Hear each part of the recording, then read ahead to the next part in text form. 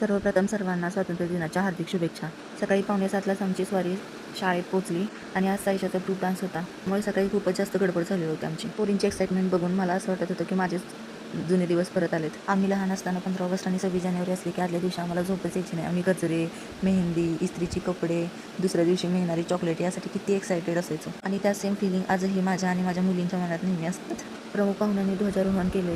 राष्ट्रगीत, वंदे मातरम, घोषणा, काही मुलांनी आपापले परफॉर्मन्स केले, काही मुलांनी भाषणं केली आणि त्यानंतर केला त्यांचा बक्षीस समारंभाचा कार्यक्रम झाल्यानंतर आम्ही पालक लोक सगळ्यांना भेटलो, शिक्षकांना भेटलो, मुलं घेतली आणि फोटो काढले म्हणत होतं आणि त्यानंतर घरी यायला निघालो.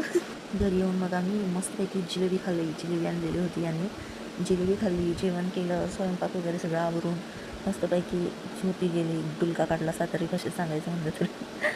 आणि त्यानंतर आमचं चाललेलं होतं की बाहेर जायचं. मग आम्ही बाहेर गेलो राखी खरेदी करायला. त्या राख्या खरेदी केल्या. वाजले रात्री 7:45 वाजले. 7:45ला मग निघाली होती रॅली. मुलांनी ताशाच्या गजरानं मन अगदी प्रसन्न झालेलं होतं. घरी तर जाऊ वाटत नव्हतं, पण घरी जाऊन स्वयंपाक करायचा असल्यामुळे घरी पळ काढणं गरजेचं होतं. तर अशा प्रकारे आजचा दिवस खूप छान आणि खास होता. आणि हो, माझा ब्लॉग आवडला असल्यास मला लाईक करा, कमेंट करा आणि छोट्या छोट्या मुवमेंटसाठी मला फॉलो करा. तोपर्यंत स्वतःची काळजी घ्या. जय हिंद, जय भारत.